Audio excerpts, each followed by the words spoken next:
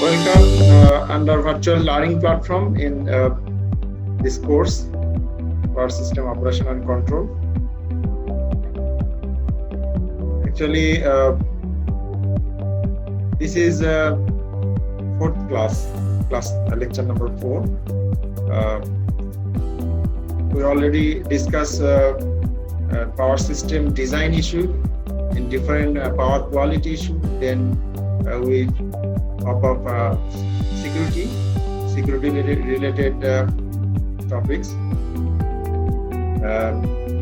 Now in this class also we'll discuss about security problem, security design, how security things get analyzed. So before to discuss about security, we have to discuss contingency analysis. Contingency, what is contingency? Contingency to make sure the system will likely continue working in case one or more element stop to function properly. In power system, we know that we have the generator, we have transmission line, and hundreds of thousands of generators and transmission line in the system for big system. So in this case, if any of the transmission line or generator get outage, then we expect the whole system will keep continue. So there is a N-1 rule. It is the rule is defined from National Electricity Reliability Council in USA. It said that no single outage will result in other component experiencing flow or voltage limit violation. Single outage will result in other component. No single outage will result in other component experiencing flow or voltage limit violation. So even more difficult analysis is to check all pairs of possible simultaneous outage, which is denoted N-2 contingency. It means all pair of generator and all pair of transmission lines, as well as pair of single generator outage plus a single transmission line outage at the same time would have to be analyzed. In that case, there will be no flow or voltage limit violation if it happens in parallel, both generator and transmission line, or two single generators or two transmission line. This is called N-2 contingency. This N-2 contingency analysis is much more difficult because of extremely large number of cases to model. The usual practice is to only study a few of the N-1 cases that are known by experienced operator. Okay. So actually we already discussed this figure, this algorithm in our earlier case, lecture, contingency evaluation algorithm. What is it?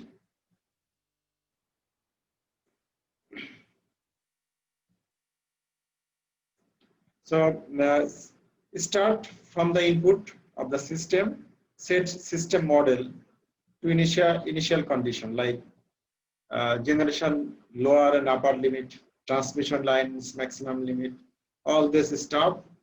How many buses are in the system, how many transmission line in the system, what is the reactance value, or for resistance and reactance if we want to model for optimal power flow. If it is for DC, then we just consider the resistance value. So this stuff are the input of the system. Then for iteration 1, simulate an outage of generator I using the system model. We will consider, for example, in bus 3 there are generators. There is a single generator. We consider it get outage. Then what happened? Any line flow exit limit? Yes. Then display alarm. If no, then any bus outage limit? No. then display alarm. So if yes, then display alarm. If no, then in this way we have considered the next generator 2 in somewhere in the system or in a bus. In this way, we consider will evaluate all the generators, considering single one at a time. In this way, we will see the effect of transmission line limit violation, considering outage of generators. And in same way, we will consider outage of transmission line with indexing L equal to 1. I for generator, L for transmission line. So in this way, we'll again iterate the same way. If any limit violate, then display alarm. Similarly, voltage violation, display alarm. If nothing happened, then we will consider the second transmission line in this way. All the transmission line in the system, considering single at a 1. And in this way, we will evaluate the system's contingency.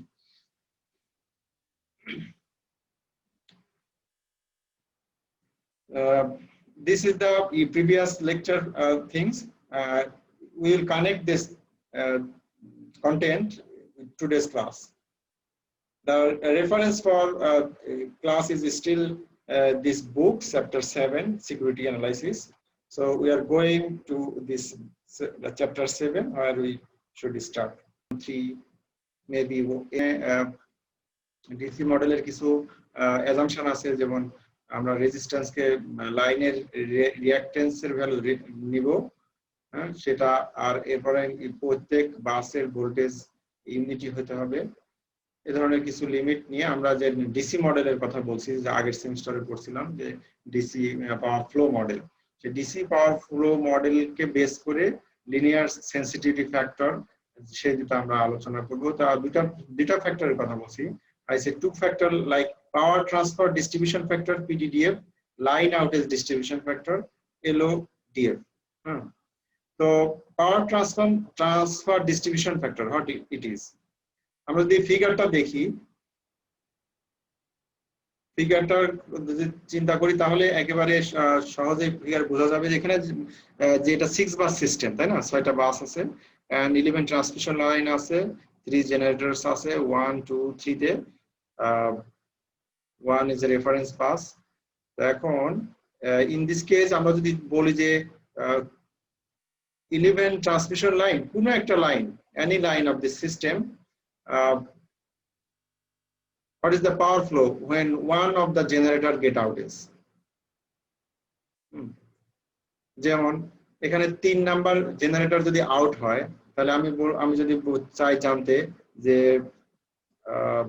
4 এবং 5 এই transmission লাইনের flow এখন কত শর্ত থাকে যে এই generator 3 এর পাওয়ারটা আমি সাধারণত প্র্যাকটিক্যালি যেটা হয় যে কোনো একটা জেনারেটর সিস্টেম থেকে আউটেজ হলে বা পাওয়ার তার সেখান থেকে কমে গেলে অন্যান্য জেনারেটরের ম্যাক্সিমাম পাওয়ার হিসাবে লোডটাকে শেয়ার করে লোডটা আগের যে লোড ছিল আমি ধরলাম যে লোড সেম আছে সেই লোডটা শেয়ার করে যদি কোনো সিস্টেমের কোনো জেনারেটর ডিরেটেড হয় বা কমে যায় ভ্যালু অথবা আউটেজ হয় তো সিস্টেমের অন্যান্য জেনারেটর তো ক্যাপাসিটি থাকে একটা ম্যাক্সিমাম ক্যাপাসিটি ওই ম্যাক্সিমাম ক্যাপাসিটিতে তো রান করে না তো রান করে তার কম ক্যাপাসিটিতে তাহলে কোনো একটা জেনারেটর আউট হলে সিস্টেমটা এমন রিজার্ভ ক্যাপাসিটি এমন থাকা উচিত যাতে সেই সিস্টেমটা যে আউটেজটা যে ক্যাপাসিটি সে ডিরেটেড হলো সিস্টেম থেকে চলে গেল সেটা যাতে সবগুলো জেনারেটর দিয়ে মেকআপ করা যায় তো আমি সবগুলো হেলদি কন্ডিশনে সিস্টেমের ভিতর দিয়ে কত ফ্লো হচ্ছে 4 এবং 5 এর ভিতর দিয়ে আমি জানি এখন 3 নাম্বার জেনারেটর দিয়ে যে আউট বললাম যে এটা আউট হয়েছে তাহলে 4 5 এর ভিতর দিয়ে এখন কি পরিমাণ পাওয়ার ফ্লো হচ্ছে সেই আমি যেটা বলতে চাচ্ছি যে এখানে সবগুলো জেনারেটর দিয়ে পিক আপ না করে আমি 1 নাম্বার জেনারেটর দিয়ে মনে করলাম যে এটা একটা বিগ জেনারেটর ও নিজেই একাই যে আউটেজ 3 এর যে ক্যাপাসিটি সেটা সে সার্ভ করতে পারছে তো এই নতুন কন্ডিশনে 4 এবং 5 নাম্বারের মাঝখানে যে লাইন আছে সেটা দিয়ে কত পাওয়ার ফ্লো হলো সেটা আমার জানার দরকার তো সেই যে ফ্যাক্টর ব্যবহার করে আমরা সেটা জানতে পারবো সেটা হচ্ছে PDDF আচ্ছা আরেকটা ব্যাপার বলি যে LODF টা কি LODF টা হচ্ছে সিস্টেম হেলদি কন্ডিশনে সবারই একটা নির্দিষ্ট জেনারেটর জেনারেট করে লোড পিক আপ, লোড সেই অনুযায়ী লোডকে সার্ভ করার জন্য বিভিন্ন ট্রান্সমিশন লাইন দিয়ে পাওয়ার ফ্লো হয়। তো এখন আমি দেখবো যে কোনো একটা ট্রান্সমিশন লাইন আগে যেমন বললাম যে 3 নাম্বার জেনারেটর আউট হচ্ছে, এখন যদি বলি যে না জেনারেটর অ্যাজ ইট ইজ আছে, আমি দেখতে চাই যে 4-5 এর ভিতর দিয়ে কি পরিমাণ পাওয়ার ফ্লো চেঞ্জ হলো যখন 2 এবং 3 এর মাঝখানের এই ট্রান্সমিশন লাইনটা আউট হয়েছে। তাহলে সেই যে ফ্যাক্টরের মাধ্যমে আমরা একটা ক্যালকুলেশন করতে পারবো, সেটাকে বলবো এলওডিএফ। তো দুটা ফ্যাক্টর, একটা হচ্ছে ট্রান্সমিশন, একটা হচ্ছে জেনারেটরের আউটেজের রেসপেক্টে, আর একটা হচ্ছে কি ট্রান্সমিশন লাইন আউটেজের রেসপেক্টে।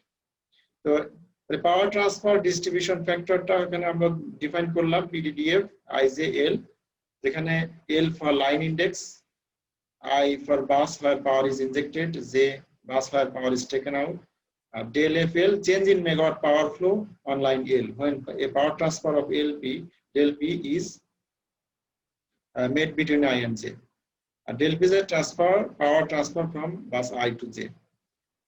তো এই টার্মসটা আমরা ব্যবহার করব কিভাবে, যে নতুন এই PDDF একটা নিউমেরিক ভ্যালু থাকবে, তার সাথে আগের যে ভ্যালু সে পাওয়ারটা তৈরি করতো সেই পাওয়ার সাথে গুণ করলে নতুন একটা del PL FL পাওয়া যাবে।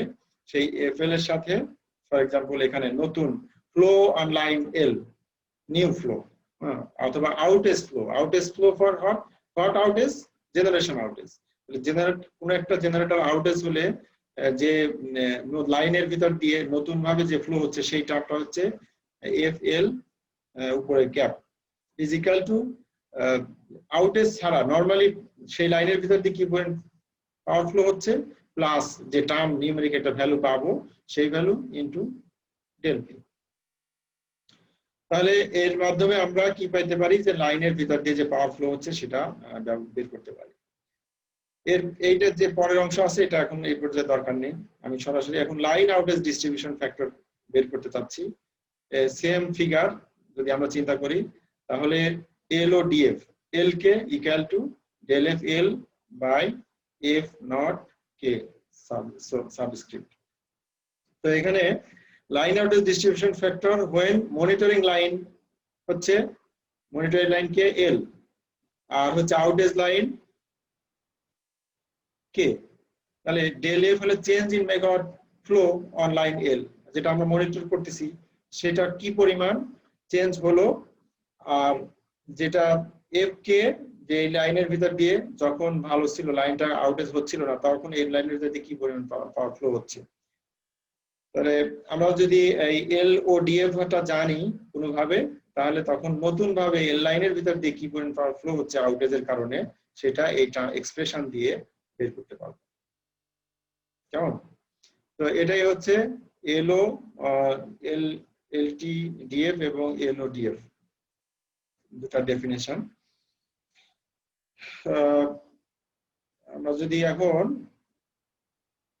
কন্টিনজেন্সি বা সিকিউরিটি অ্যানালাইসিস করতে চাই তাহলে আবার ওই আগের ফিগারটার একটু আগে যে 7.2 ফিগার নাম্বার 7.2 তে যে ফিগারটা ছিল সেই ফিগারটার মতোই না অনেকটা start red existing system condition like power flow, power generation from each generator, bus অর্থাৎ লাইনের ভিতর দিয়ে কি করে পরিমাণ ফ্লো হচ্ছে সেটা, এগুলো হচ্ছে আমরা একবার সিস্টেমের ইনপুট যা যা আছে সবগুলো দেওয়ার পরে লোড ভ্যালু জানি, কোন জেনারেটর কোন বাসে কোন জেনারেটর আছে, ট্রান্সমিশন লাইন কিভাবে বাসের সাথে কানেক্ট হচ্ছে, সব ইনফরমেশন দেওয়ার পরে আমরা আউটপুট হিসেবে পাবো কোন জেনারেটর কোন বাসের কোন জেনারেটর কতটুকু প্রডিউস করতেছে এবং লাইনের ফ্লো কত। এটা হচ্ছে আমাদের ইনপুট সিকিউরিটি অ্যানালাইসিসের জন্য। এখন আমি ধরবো হচ্ছে পার্টিকুলার একটা জেনারেটর ধরবো, একটা generator outage I number generator এখানে বেসিক্যালি 3টা আছে, তাহলে কোন একটা আই জেনারেটর যে বাসে জেনারেটর আছে তাকে একটা বাস একটা শুরু করব। সেই জেনারেটর আউটেজ হলো, আউটেজ হওয়ার কারণে আমাদের যে পরিবর্তনটা হলো, যেমন কোন আউটেজ হওয়া মানে হচ্ছে কি যে পাওয়ার সে ডেলিভার করতো সেটা মাইনাস পাওয়ার, সে আর পাওয়ার দিতে পারতেছে না। তাহলে এখন নতুন ভাবে এল লাইনের ভিতর দিয়ে একটা ট্রান্সমিশন লাইন এল এরকম 11টা লাইন আছে, তাহলে এই লাইনের ভিতর দিয়ে যে নতুন পাওয়ার ফ্লো হচ্ছে due to outage of transmission generator I is equal to আগে আউটেজ হওয়ার আগে যে ফ্লো হইতো power plus PTDF into del P.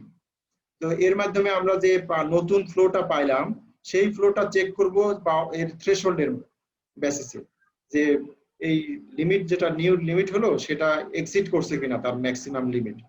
তো মিনিমাম তো ট্রান্সমিশন লাইনের তো মিনিমাম লিমিট নাই, ম্যাক্সিমাম লিমিট আছে, কিন্তু লাইনের ভিতর দিয়ে ফ্লোটা কি হতে পারে, বিপরীত দিকে হতে পারে।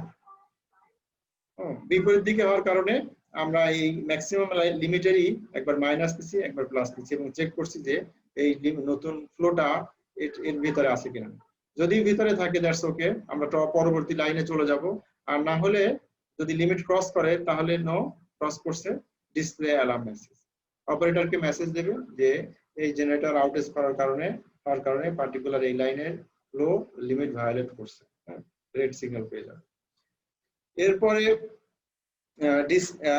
তারপরে কি হবে, লাস্ট লাইন এভাবে চেক করবে। একটা জেনারেটর পার্টিকুলার জেনারেটর আউটেজ হওয়ার কারণে সবগুলো লাইনগুলো চেক করবে। এরপরে এরকম ভাবে জেনারেটরও সবগুলো লাইনের ভ্যালু চেক করার পরে যদি দেখে যে লিমিটের ভিতর আছে তো ওকে, না হলে রিপিট হবে এই জিনিসগুলো। আর যদি এরপরে যদি মেসেজ পেয়ে গেল, এরপরে আবার আরেকটা ওই জেনারেটর যেটা আউটেজ ছিল সেটা আবার কানেক্টেড থাকলো সিস্টেম, এটা কম্পিউটার মডেলের কথা বলছি। তারপরে কি করবে যে দ্বিতীয় একটা জেনারেটর নেবে, সেই জেনারেটরটা আউটেজ করে প্রত্যেকটা লাইনের ভিতর দিয়ে দেখবে এবং দেখবে যে কোন লাইনে লিমিট এক্সিড করছে, সেটা অ্যালার্ম দেবে, আর না হলে ওকে থাকবে। এভাবে লার্জ জেনারেটর চেক করবে। হ্যাঁ, তো এইভাবে একটা প্রসেস গেল হচ্ছে জেনারেটর আউটেজের কারণে আমরা যেটা এতক্ষণ আলোচনা করলাম। এরপরে লাইনের আউটেজ, সিস্টেমের ভিতর যতগুলো লাইন আছে কোন একটা লাইন আমরা ধরছি আউট হয়েছে, এখন অন্যান্য লাইনের উপর কি পরিমাণ ফ্লো হচ্ছে, সেটা কি লিমিটের ভিতর আছে না নাই সেটা চেক করবে। চেক করে যদি লিমিট ক্রস করে ডিসপ্লে মেসেজ দেবে, অ্যালার্ম মেসেজ দেবে, আর না হলে সে পরবর্তী লাইনে চলে যাবে। এভাবে সব লাইন লাস্ট লাইন চেক করার পড়বে এই লুপে। লাস্ট লাইন পর্যন্ত চেক করা হয়েছে, কোনো একটা পার্টিকুলার লাইন আউটেজের কারণে rest of the line last line এভাবে পড়ছে। হ্যাঁ, তো শেষ হলেই সেটা ইন করে দিবে। তো এভাবে চেক করবে, check all lines for overload after line outage. আর এই লুপে check all lines overload after generator outage. তো এটাই হচ্ছে আমাদের যে মেইন স্ট্রাকচার সিকিউরিটি অ্যানালাইসিস করার ক্ষেত্রে বা কন্টিনজেন্সি অ্যানালাইসিসের জন্য সেনসিটিভিটি ফ্যাক্টর যেটা আমরা ব্যবহার করি, সেই ফ্যাক্টর দিয়ে আমরা এভাবে সিস্টেমটাকে অ্যানালাইসিস করতে পারি। তো এখানে এক্সাম্পল 7a আছে। 7a বেসিক্যালি 6 বাস সিস্টেম, আমরা আগেও পড়ছি, এই সিস্টেমটা নিয়ে কাজ করছি। সিস্টেমের ইনপুট ম্যাট্রিক্স দেওয়া আছে, অর্থাৎ রিঅ্যাকট্যান্স ভ্যালু দেওয়া আছে, জেনারেশন কোথায় কতটুকু লিমিট আছে, তাদের ট্রান্সমিশন লাইনের লিমিট এটসেট্রা দেওয়া আছে। এইটার থেকে আমরা এই সিস্টেমের কি বের করব, এলওডিএফ এবং পিটিডিএফ বের করব। এলও সিস্টেমটা এই এলওডিএফ একটা ম্যাট্রিক্স, পিটিডিএফ একটা ম্যাট্রিক্স। এই ম্যাট্রিক্সটা বের করার জন্য কমান্ড দেওয়া আছে। আমরা যদি নেটওয়ার্কটা লোড করি ম্যাট পাওয়ারে তো সহজেই আমরা পেয়ে যাব। যেমন এখানে দেখা যাচ্ছে, এইটা শেয়ারটা দেখা যাচ্ছে কিনা, নেক্সট পিডিএফটা। হ্যালো স্যার, দেখা যাচ্ছে স্যার, দেখা যাচ্ছে। তাহলে আমরা যদি পিটিডিএফ বের করতে চাই তাহলে make PTDF MPC. MPC as nothing but the system। হ্যাঁ, এমপিসি আমরা কি এমপিসি লোড, একটা সিস্টেম লোড করা যায়, সেই লোড ফাইলের সেই ফাইলে আমরা এমপিসিটি আগে লোড করে নিলাম। এখন সিস্টেমটাই হচ্ছে আসলে এমপিসি, যেটা ওয়ান লাইন ডায়াগ্রাম আছে, ওয়ান লাইন ডায়াগ্রামটার ভিতর যে ইনফরমেশন আছে সব ইনফরমেশন মিলে এমপিসি। এমপিসিটি আমি যদি মেক পিটিডিএফ এটা কমান্ড দেই বিল্ট ইন ফাংশন, তাহলে পিটিডিএফ পাবো। আবার যদি এমপিসি ব্রাঞ্চ আর যেটা আগে বের করছি পিটিডিএফ দিয়ে দেই ইনপুট হিসাবে, আর ফাংশন কল করি যে make LODF line outage distribution factor, তাহলে লাইন আউটেজ ডিস্ট্রিবিউশন ফ্যাক্টর ম্যাট্রিক্সটা পেয়ে যাবে। ঠিক আছে, তো এভাবে ম্যাট্রিক্স বের করার সহজ বুদ্ধি ম্যাট পাওয়ারের বিল্ট ইন ফাংশন ব্যবহার করে করা যাবে। আমি যাচ্ছি আবার আগের ফাইলে ফিরে যাচ্ছি। এখানে প্রথমে 7a example 7a very important. এটা দেখেন যে মূল দুটাই এখানে আমরা এক্স ম্যাট্রিক্স দেওয়া আছে, ম্যাট্রিক্স আছে, তারপরে দেওয়া আছে কি, একটু বড় করছি,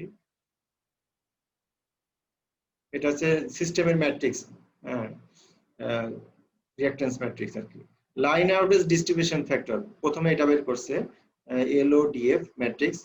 তো দেখা যাচ্ছে outage of line from bus to bus, কোন বাস থেকে কোন বাস, আর মনিটর লাইন।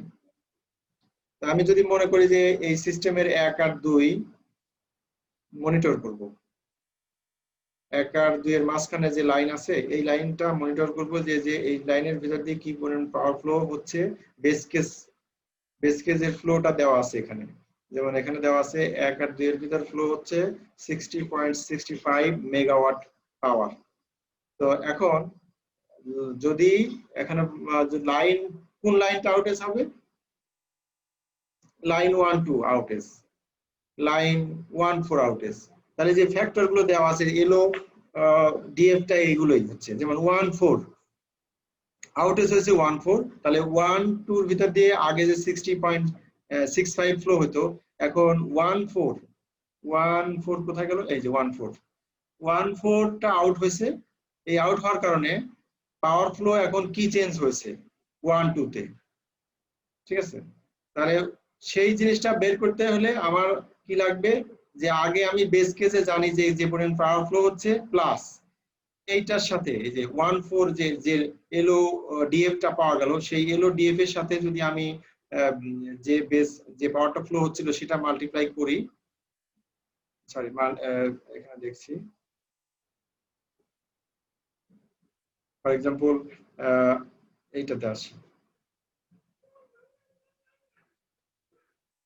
এখানে একটা দেওয়া আছে base case line flow 1-4 82.8 megawatt, অর্থাৎ 1 নাম্বার লাইন থেকে নিচের দিকে যে 4 নাম্বার নোডে যে লাইন আছে 1-4 লাইন, এই line the line to be taken out, এই লাইনটা আমরা টেক আউট করে ফেলবো। তাহলে base case flow on line 1-2 ছিল 60, ওখানে 60 ছিল, তো যাই হোক 62.8 মেগাওয়াট মনিটর লাইন। এখন দেখবো যে 1-4 লাইন আউটেজ করার কারণে 1-2 লাইনের ভিতর দিয়ে পাওয়ার ফ্লোর চেঞ্জ কেমন হয়। তাহলে লাইন আউটেজ ডিস্ট্রিবিউশন ফ্যাক্টর আমরা ওখানে দেখে আসলাম ওই ম্যাট্রিক্সটার ভিতরে 0.6353, ঠিক আছে। তাহলে দেন the line flow on 1-2 after the outage of line 1-4 is base case flow 1-2 তে যা ছিল প্লাস LODF যে ফ্যাক্টরটা ওখানে ছিল প্লাস ইনটু বেস ফ্লো, ওটার ভিতর দিয়ে 82.8 মেগাওয়াট পাওয়ার ফ্লো হচ্ছিল। তো এখন তাহলে বোঝা গেল যে আউটেজ হওয়ার আগে 1-4 আউটেজ হওয়ার আগে 1-2 তে ফ্লো যেটা ফ্লো ছিল 62.8, এখন ওই লাইন দিয়ে ফ্লো হবে কত 115.4 মেগাওয়াট। তাহলে এটাই হচ্ছে যে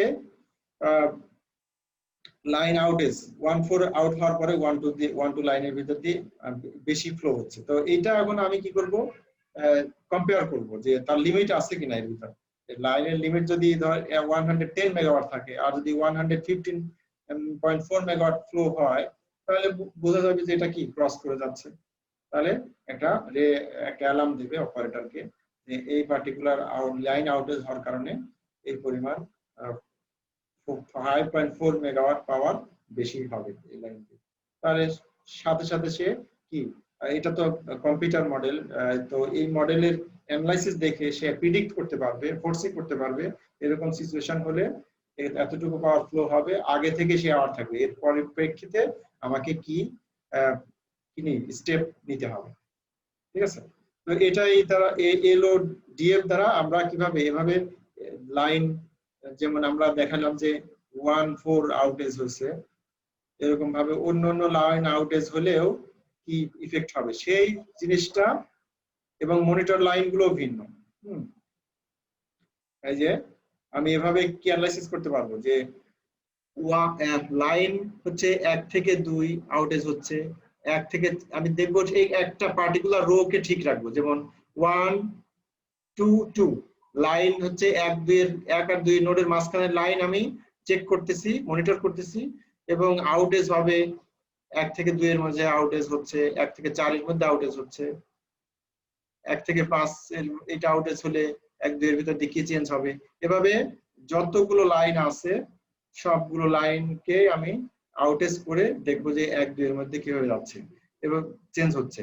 1 থেকে 4 লাইনের ভিতর দিয়ে কি করে চেঞ্জ হচ্ছে যখন লাইন আউটেজ হবে 1 2 1 4। Make sense? এভাবে আমরা 11টা লাইন মনিটর করতে পারবো এবং এভাবে আউটেজ গুলো বিভিন্নটা ঘটে। তো এই কাজটাই হবে সিকিউরিটি অ্যানালাইসিস, মানে কন্টিনজেন্সি অ্যানালাইসিস। কন্টিনজেন্সি অ্যানালাইসিস করে আমি দেখবো যে কোন লাইন আউটেজ, সব লাইন আউটেজ, হয়তো 4-5টা লাইন যেগুলো বেশি কি ভালনারেবল, যেটা আউটেজের জন্য, সেই রেসপন্সিবল লাইনগুলো আমি আইডেন্টিফাই করতে পারবো। এটাই হচ্ছে আমাদের এলওডিএফ। আর এক্সাম্পলে চলে যাই আমি সরাসরি, তাহলে সুবিধা হবে।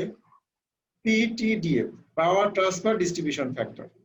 পাওয়ার ট্রান্সফার ডিস্ট্রিবিউশন ফ্যাক্টরটা কিভাবে, ওই যে ম্যাট্রিক্স আমরা দেখবো, ম্যাট্রিক্সে পরে আসি। ম্যাট্রিক্স থেকে আমি ধরলাম একটা ভ্যালু পিক আপ করলাম, এখানে 0.242949 এই ভ্যালুটা আছে ওই টেবিলে, পিটিডিএফ টেবিলের ভিতরে আছে। তাহলে এখন আমি বলতেছি যে জেনারেশন আউটেজ করাবো, তাই না? জেনারেশন আউটেজ, তো জেনারেশন আউটেজ করব, লাইনের ফ্লো চেঞ্জটা দেখব। Base case flow on line 14 আগের মতো 82.8 মেগাওয়াট, সিস্টেম নরমাল। আর ওই 3 নাম্বার জেনারেটর আউট করব যেখানে সে প্রডিউস করতেছিল 50 মেগাওয়াট। এখন পিটিডিএফ 31 হচ্ছে, পিটিডিএফ টেবিলে দেওয়া আছে 13, তাহলে পিটিডিএফ যদি 31 এর যে ভ্যালু হয়, পিটিডিএফ 13 ভ্যালু তার মাইনাস হবে। তাহলে পিটিডিএফ 13 এর ভ্যালু দেওয়া ছিল 0.2949। হ্যাঁ, এখন এই ভ্যালুটা জানি আমি, আমি দেখতে যাচ্ছি 1 থেকে 4 নাম্বার লাইনে ফ্লোটা কেমন হবে যখন এটা আউট হবে।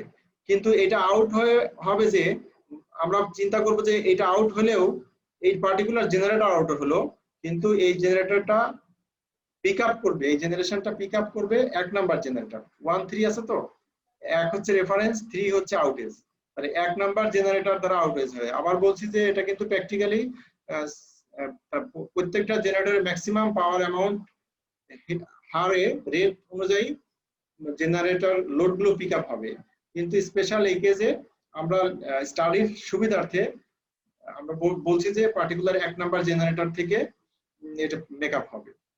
আর যদি 1 নাম্বার প্র্যাকটিক্যাল কথা চিন্তা করি, তখন আমাদের সুপারপজিশন অ্যাপ্লাই করতে হবে যে হ্যাঁ, এই অন্যান্য জেনারেটরের যে কতটুকু পোরশন আসতেছে সেই হিসাবে এই ভ্যালুটা কত, সেই ভ্যালুটা আবার সুপার ইম্পোজ করে ফাইনাল ভ্যালুটা বের করতে হবে। এটা কমপ্লেক্স, তো এটাই হচ্ছে সবচেয়ে সুবিধা। আমরা ধরে নিচ্ছি অ্যানালাইসিসের পারপাসে যে 1 নাম্বার জেনারেটর সেটা মেকআপ করবে 50 মেগাওয়াট যখন এটা আউটেজ হয়েছে।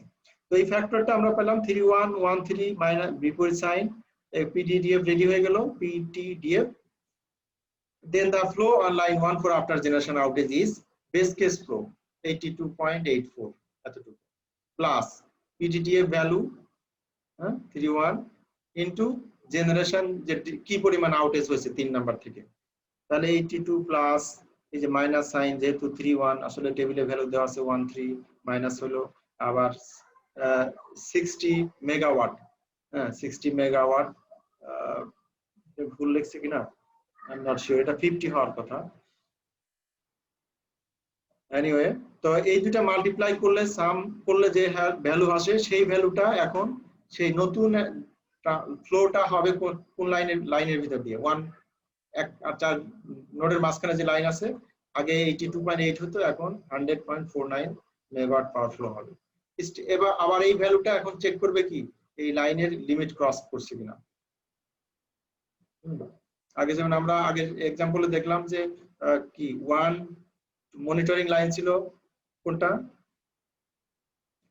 Base case flow on line 1 to monitor line 1 to monitoring line ছিল। এখন আমাদের যখন 1-4 আউটেজ ছিল, আর এখন আমরা দেখতেছি যে 1-4 হচ্ছে আউটেজ, 1-4 হচ্ছে মনিটরিং লাইন, আউটেজ হচ্ছে জেনারেটর। আর আগেরটা কি ছিল?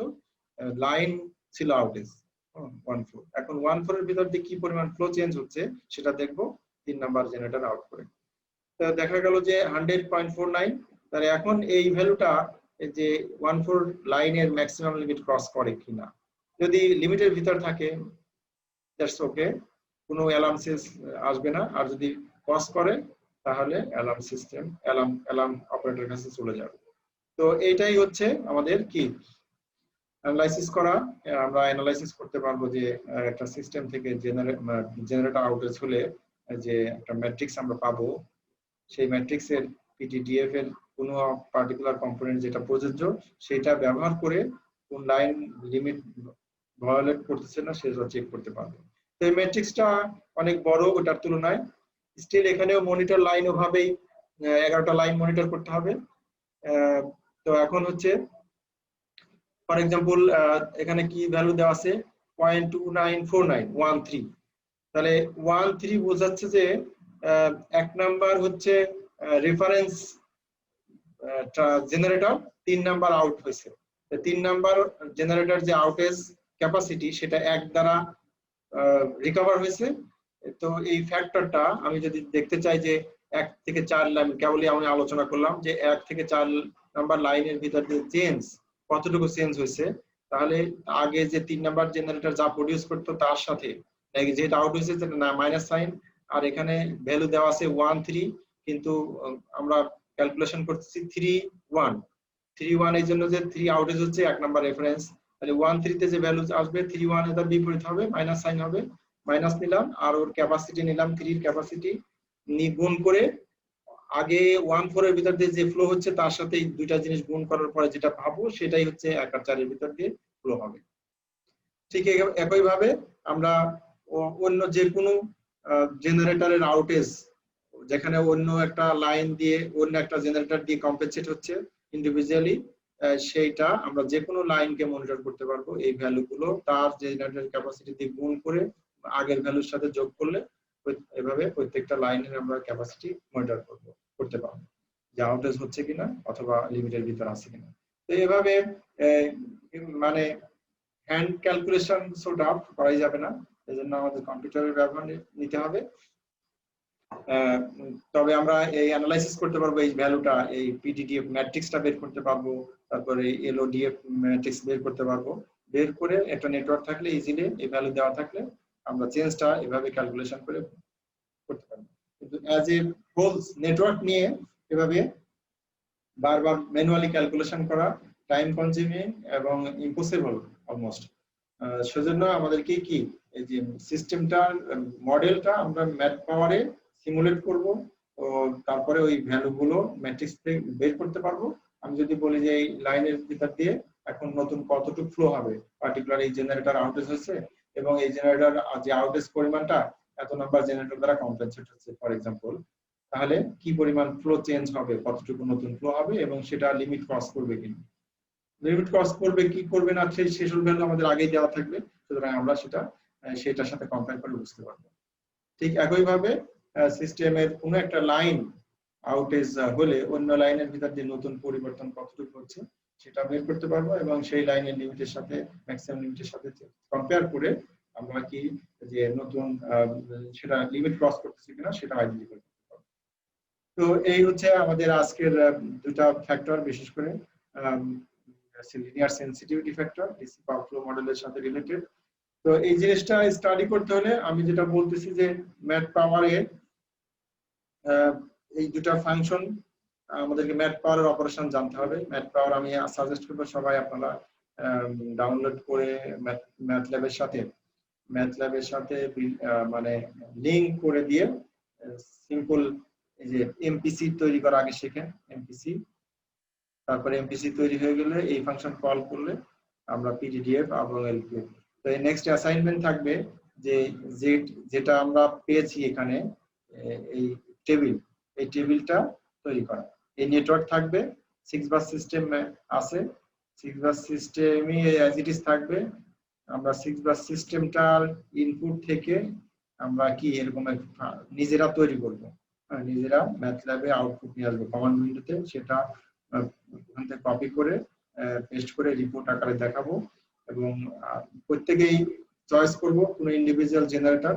আমরা বলতেছি যে এটা আউটেজ হয়েছে, হ্যাঁ 5 নাম্বার আউটেজ হয়েছে, 3 দ্বারা কম্পেনসেট হবে, 2 আর 4 এর ভিতর কি চেঞ্জ হবে, এই জিনিসগুলো এক একজন এক একটা কয়েকটা এক্সাম্পল দিয়ে আমরা বের করার চেষ্টা করব এবং সেটা রিপোর্টিং করব।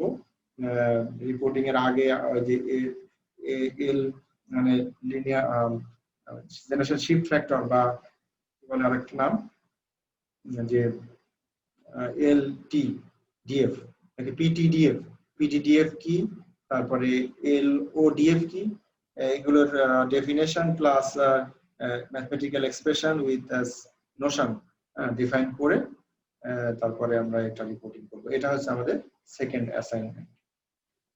তো আজকের মতো এখানেই, অনেকগুলো অনেক সময় পর থেকে শুরু করছি, এই জন্য আমি আন্তরিকভাবে দুঃখিত। কোনো কোশ্চেন থাকলে আপনারা কোশ্চেন করতে পারেন। আমরা একদিন পর পর ক্লাস নেব।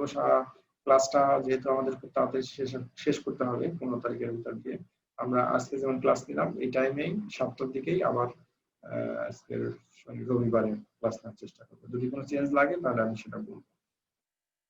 তো thank you for your attention. এখন কোনো কোশ্চেন থাকলে কারো বলতে পারি এই বিষয়ে অথবা অন্য কোনো বিষয়ে, অন্য কোনো বিষয়। ক্লাস নেওয়ার ব্যাপারে স্যার কি বলছেন স্যার, আমি শুনতে পাইনি। একদিন পর পর? হ্যাঁ, আজকে আমি যে ক্লাস নিলাম না, এই ক্লাসটা আবার কবে কন্টিনিউ করব? নেক্সট 4 তারিখে আর কি, 4 তারিখে সপ্তাহে। জি sir. Okay, you are welcome. আল্লাহ হাফেজ। ঠিক আছে স্যার, আসসালামু আলাইকুম স্যার। ওয়ালাইকুম আসসালাম।